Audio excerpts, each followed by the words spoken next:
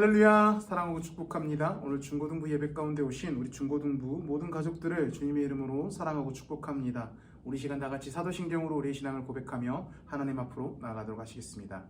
전능하사 천지를 만드신 하나님 아버지를 내가 믿사오며 그 외아들 우리 주 예수 그리스도를 믿사오니 이는 성령으로 잉태하사 동정녀 마리아에게 나시고 본디오 빌라도에게 고난을 받으사 십자가에 못 박혀 죽으시고 장사한 지 사흘 만에 죽은 자 가운데서 다시 살아나시며 하늘에 오르사 전능하신 하나님 우편에 앉아 계시다가 저리로서 산자와 죽은 자를 심판하러 오시리라.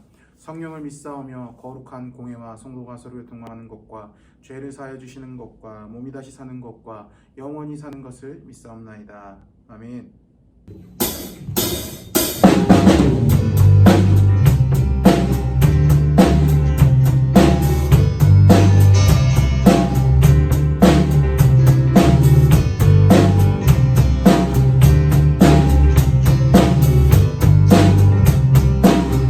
주의 높이며 주의 이름 높이며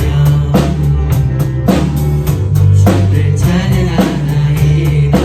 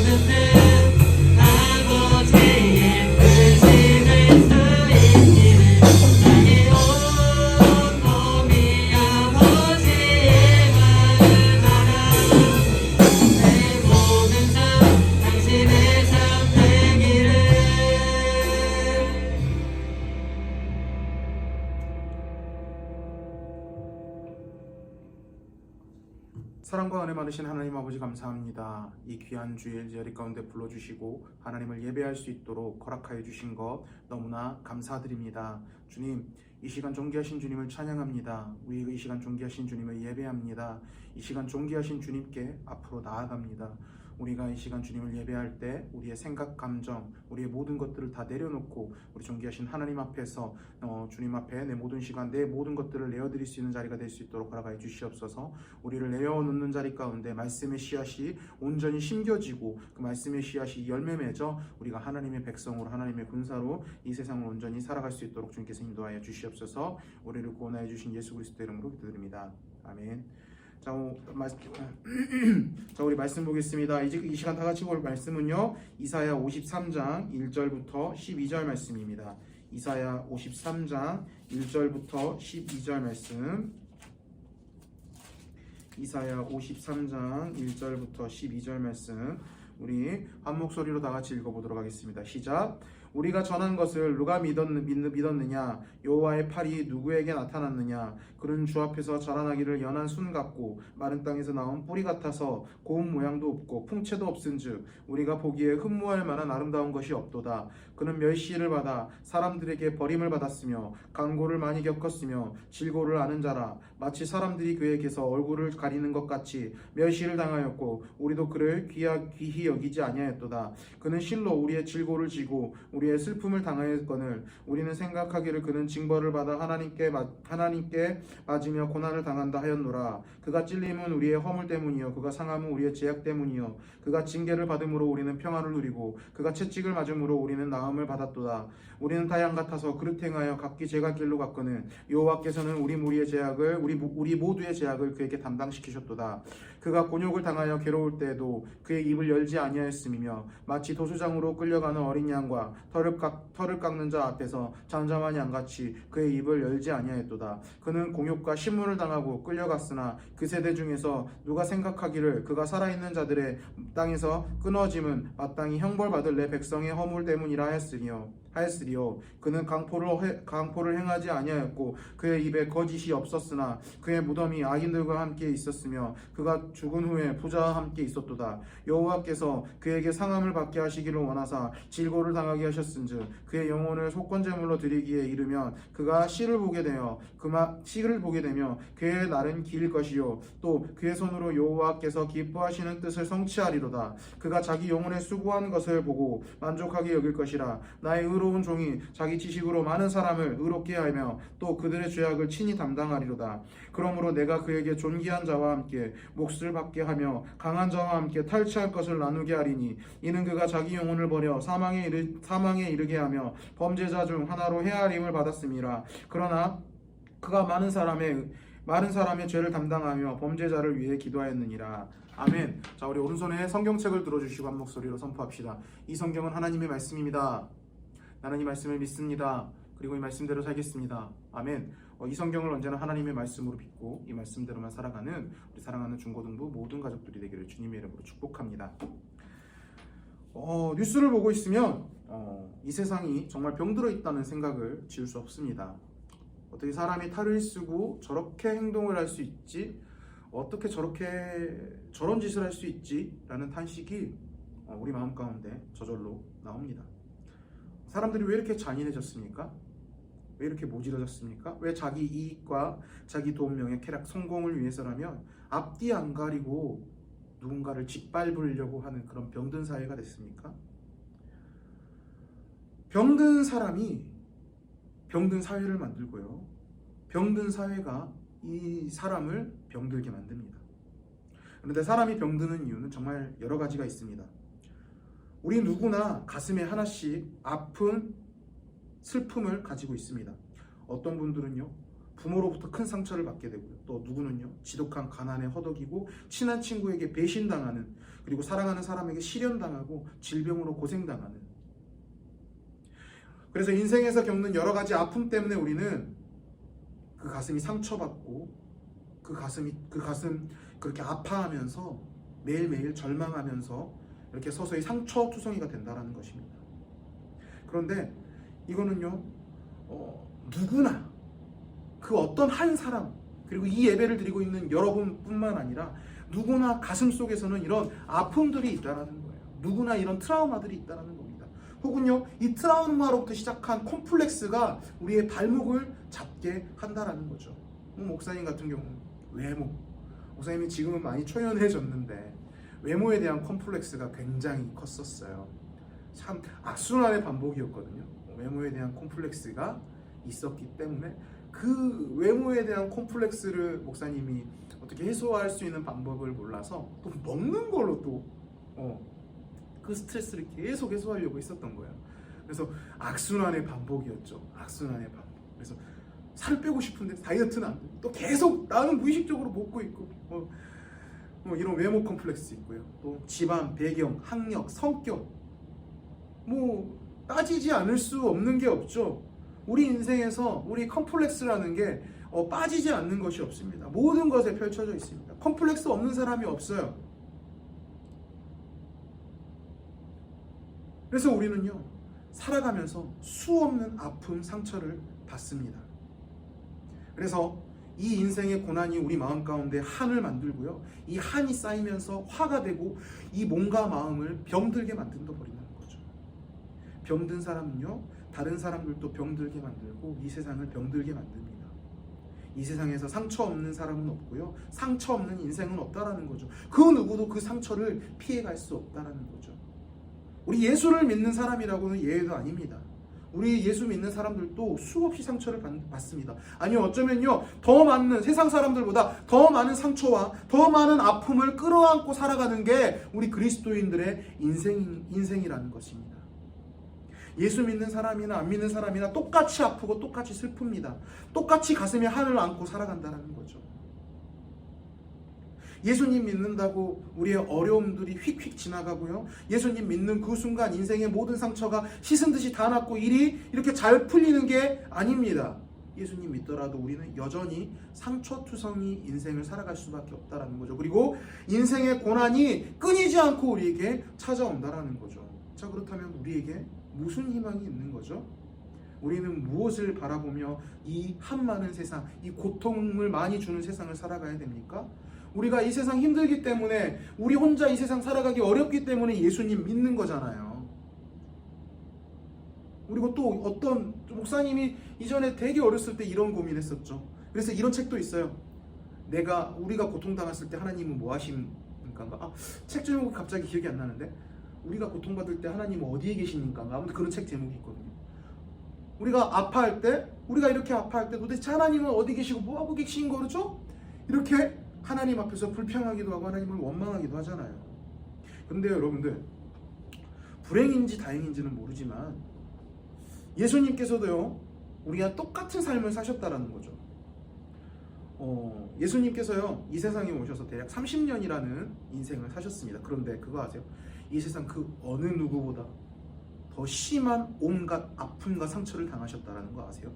30살이면 30살이면 목사님보다 어려요. 그런데 예수님께서는 그 30살보다 어린 나이에 예수님께서 창조하신, 예수님이 하나님이시잖아요. 하나님이 창조하신 창조물들의 손에 못 박혀서 돌아가셨다는 거죠. 그것보다 큰 고통과 아픔은 없잖아요. 고작 30년이라는 인생을 사신 분인데 이 땅 가운데 살아가셔서 그 어떤 인간이 받을 수 있는 고난보다 가장 큰 고난을 받으셨습니다. 그리고 예수님의 인생은 그렇게 큰 일을 행하시는 사람의 모습처럼 떳떳하고 아름답지는 않았어요. 성경에서 예수님을 표현할 때 어떻게 표현하냐면, 메마른 땅에서 겨우겨우 자라나는 나무줄기처럼 볼품없는 모습으로 예수님을 표현한다는 거죠. 이사야 53장 2절에서는 사람의 눈길을 사로잡을 위엄도 없다. 그래서 사람들에게 미움과 멸시를 받았다. 아픔과 고통을 많이 겪었다. 심지어 사람들을, 예수님을 완전히 무시하고 쳐다보지도 않았다라고 이야기를 하고 있어요. 또 귀하게 여기는 사람도 아무도 없다라고 이야기를 하고 있습니다. 이리저리 치이는 인생, 예수님께서 그런 삶을 사셨다라는 거죠. 자, 그런데 우리는 여기서 질문을 하나 던질 수 있어야죠. 왜 예수님께서 이런 고약하고 힘든 인생을 경험하셨냐라는 거죠. 왜 질병을 짊어지시고 왜 아픔을 대신 겪으셨습니까? 우리의 잘못 때문이잖아요. 우리 죄 때문에 상처받으시고 우리의 죄 때문에 짓밟히시고 밟히셨다. 우리 죄 때문에 짓밟히시고 그 십자가에 못 박히셨다라고 이야기를 하고 있잖아요. 그래서 그 고통이 오죽 심했으면 사람들이 그 상한 얼굴을 보면서 이렇게 이야기합니다. 사람이 사람의 얼굴이 어떻게 저 지경이 될 수 있느냐. 이사야 52장 14절에 그렇게 이야기를 하고 있어요, 여러분들. 자, 그렇다면 예수님께서 이렇게 고통받으시는 동안, 남들이 알아보지도 못할 정도로 예수님이 상처받고 고통당하시는 동안 하나님은 뭘 하고 계셨습니까? 하나님이 짱을 하고 나타나셔서 예수님을 괴롭히는 그 사람들을, 못살게 구는 사람들을 싹 쓸어버리고 해결해 주시고 예수님을 자유케 해주시는 그런 일을 하셨습니까? 솔직히 그렇게 하셨으면 우리 속이 얼마나 시원했겠어요. 보는 사람 속이 얼마나 시원했겠어요. 그런데 하나님은 그렇게 행동하지 않으셨습니다.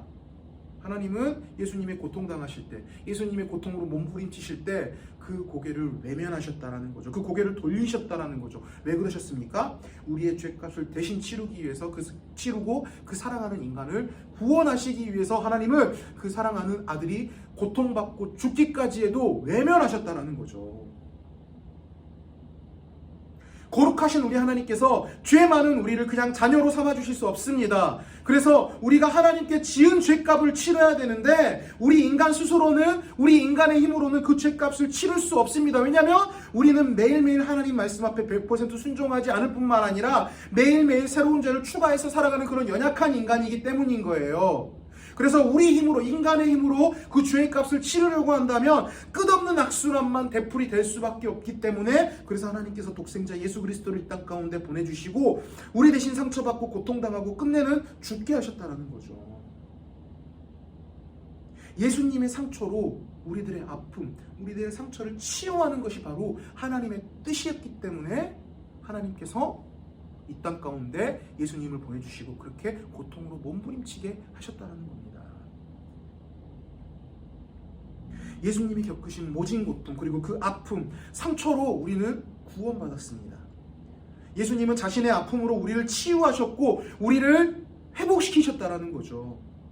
먼저 눈물을 흘리셨고 먼저 괴로움에 몸부림치셨습니다. 예수님의 상처는요, 우리의 상처를 치유하는 최고의 약이 된 거예요. 이거를 옛날에 어디서 내가 목사님이 이거를 솔직히 끝까지 한번 찾아보려고 그랬는데 어디 책에서 외국 신학자가 이 딱 말을 좀 그 정리를 해서 올려놓은 거를 다 은혜 받았던 거 또 기억해 놓은 게 있었는데 지금 이거 누가 이야기를 했는지 도대체 기억이 안 나요. 끝까지 설교 전까지 찾으려 보려고 그랬는데 못 찾아서 결국은 누가 이야기를 했는지는 모르는데 이런 이야기를 했었거든요. 예수님은 상처 입은 치유자이다. 지금 은혜가 왔거든요. 우리를 치유하시기 위해서, 우리를 깨끗게 하시기 위해서 본인이 상처받으신 거잖아요. 하면서 되게 은혜 받았던 말씀인데, 예수님은 상처 입은 치유자시라는 거죠. 우리의 구원자 되시고 주인 되시는 예수님께서도 상처와 아픔을 겪으셨습니다. 아니, 정확히 말하면 우리의 구원을 위해서 겪으신 아픔인 거죠. 그런데 하나님의 종이고 백성인 우리가, 하나님의 자녀된 우리가, 그리고 예수 그리스도로 값없이 그 구원을 받은 우리가 감히, 예수님도 우리 때문에 상처받고 고통당하셨는데 상처와 아픔 없이 살겠다는 건 솔직히 지나친 욕심 아닙니까? 저는 여러분들이 사실은 행복했으면 좋겠어요. 여러분들이 행복했으면 좋겠고 여러분들 삶 가운데 고난이 없었으면 좋겠습니다. 그건 여러분 목사님의 변하지 않는 마음입니다. 그런데 우리 인생은요, 상처받지 않을 수 없다라는 거죠. 우리가 상처받지 않고 인생을 살아가는 것은 우리의 욕심인 거예요, 여러분들. 우리의 너무 큰 욕심입니다. 우리는 상처받을 수밖에 없습니다. 왜요? 우리 주님께서 우리를 위하여 상처받으셨는데 우리가 어떻게 상처받지 않을 수가 없어요, 여러분들. 그러면 우리가 왜 상처받아야 돼요? 이게 정말 중요한 거예요. 우리가 왜 상처받아야 되냐면 우리 예수님의 모습을 한번 생각해 보시는 거예요. 예수님이 상처받으심으로 인하여 우리의 상처받은 치유자가 되셨다는 거죠. 우리가 그런 사람이 돼야 된다는 거예요. 하나님은요, 우리의 인생을요, 안전하고 행복하고 기쁨 가득하게 보장해 주시지 않으십니다.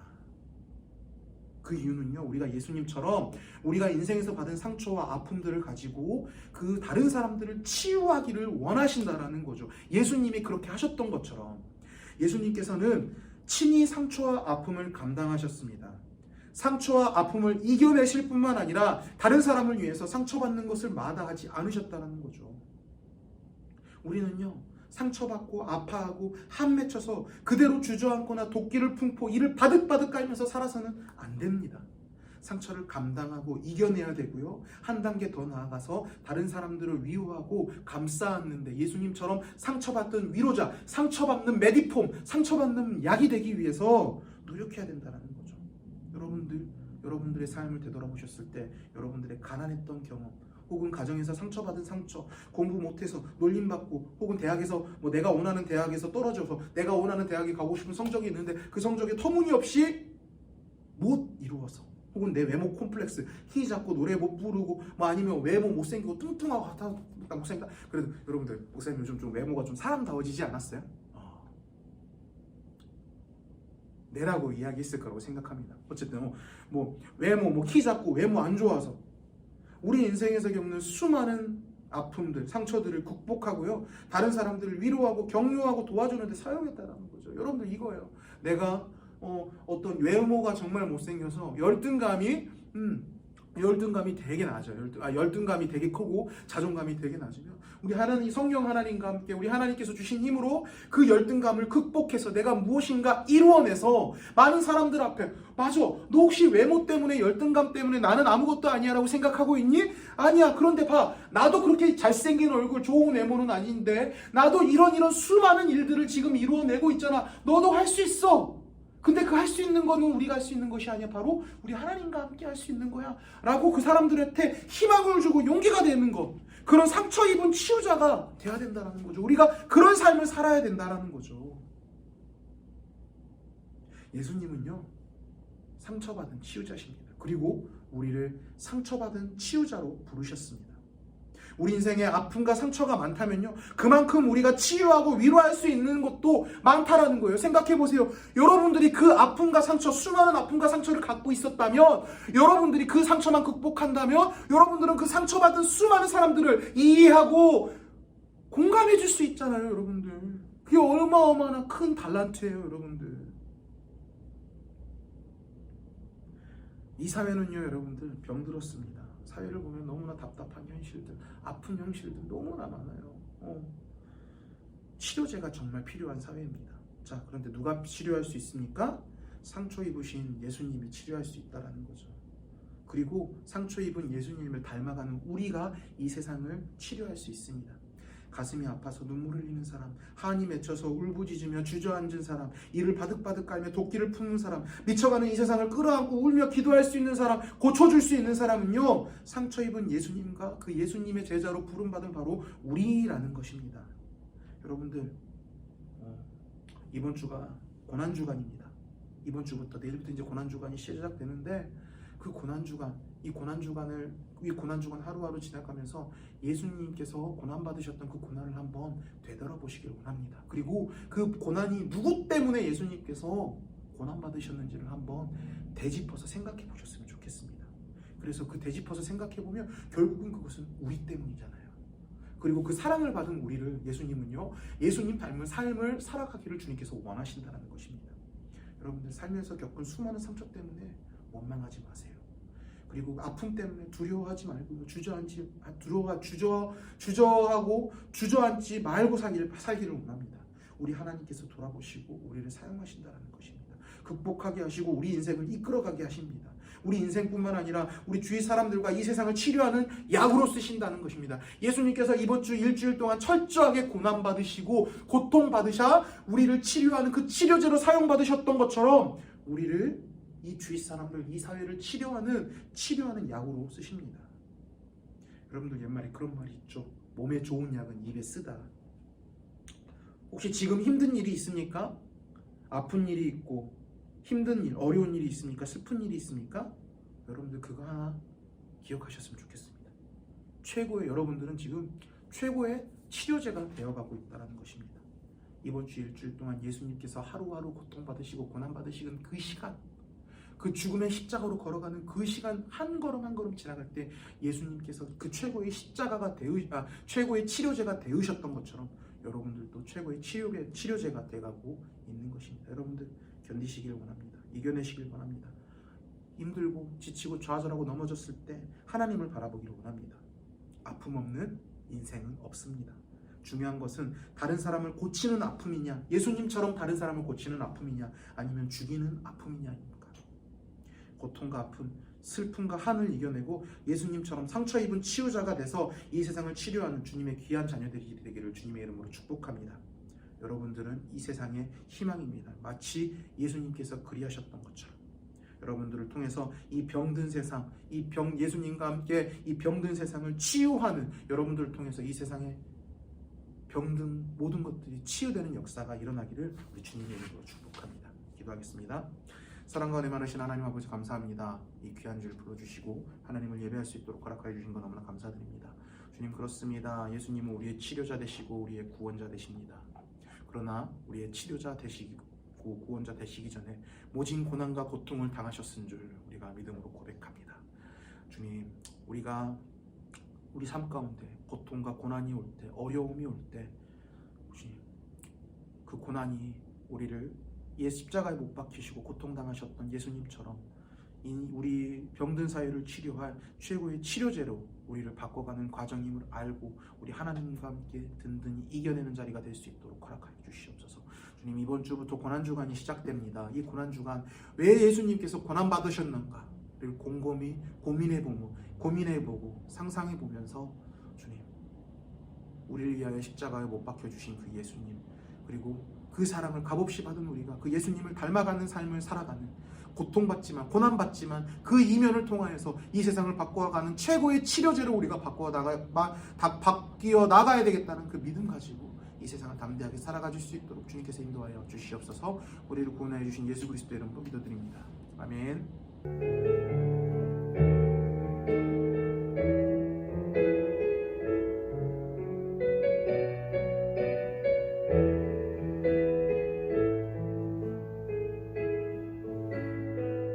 나의 영혼이 잠잠히 하나님만 바라며 나의 구원이 그에게서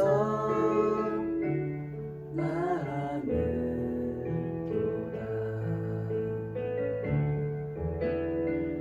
나의 영혼아 잠잠히 하나님만 바라라. 나의 소망이 저에게서 나는도다. 오직 주만이 나의 반석, 나의 구원이시니.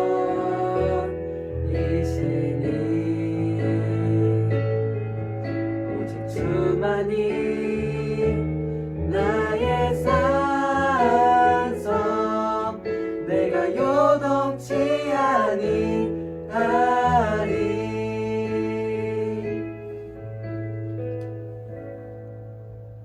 이제는 우리 구주 예수 그리스도의 은혜. 자, 여러분들 광고하겠습니다. 특별한 광고는 없고요. 이번 주 주일 예배도 예배 마치고 줌 모임이 시작됩니다. 우리 온라인 예배로 드리는 친구들이 와서 이제 예배드리지 못한 친구들은요, 우리 줌 예배만, 아니 온라인 예배만 맨통 드리고 그냥 집에 가는 게 아니라, 놀러 가는 게 아니라 우리 줌 모임 12시에 시작되거든요. 그러니까 12시에 들어와서 잠깐이나마 우리 친구들끼리 얼굴 보고 교제하는 시간을 가지려고 하니까요. 꼭 여러분들 어디 가지 마시고 와서 우리 같이 교제하는 귀한 시간 되었으면 좋겠습니다. 그러면 축도하고 예배 마치도록 하겠습니다. 이제는 우리 구주 예수 그리스도의 은혜와 하나님 아버지의 크신 사랑과 성령 하나님의 교통하심과 인도하심이, 상처받고 고난받은 것, 그 상처와 고난을 통해서 좌절하고 넘어지는 것이 아니라 그 상처를 극복하고 예수님처럼 상처받은 치유자로서, 상처받은 치료제로서 이 세상을 바꾸어 나가기로 다짐하는 여기 앉아있는 모든 자들의 머리 위에 이제부터 영원토록 함께 있을지어다. 아멘.